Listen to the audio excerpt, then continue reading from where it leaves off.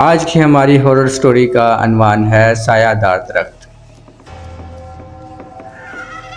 ایک گاؤں میں ایک بہت بڑا اور پرانا درخت تھا جسے لوگ سایہ دار درخت کہتے تھے۔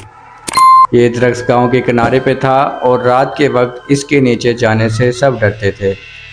کہا جاتا تھا کہ اس درخت کے نیچے ایک بدروح رہتی ہے جو رات کو لوگوں کو نقصان پہنچاتی ہے۔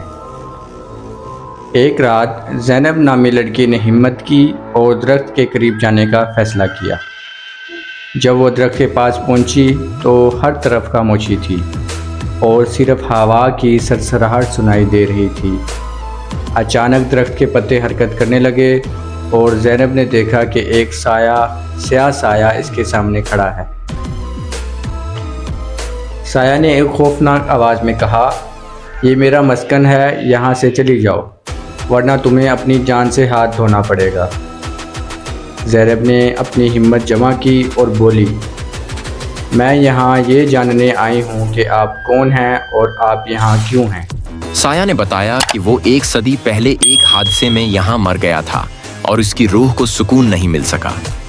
وہ درخت اس کی قبر تھی اور وہ تب تک یہاں بھٹکتا رہے گا جب تک کوئی اس کی مدد نہ کرے۔ زینب نے پوچھا، میں آپ کی کیسے مدد کر سکتی ہوں؟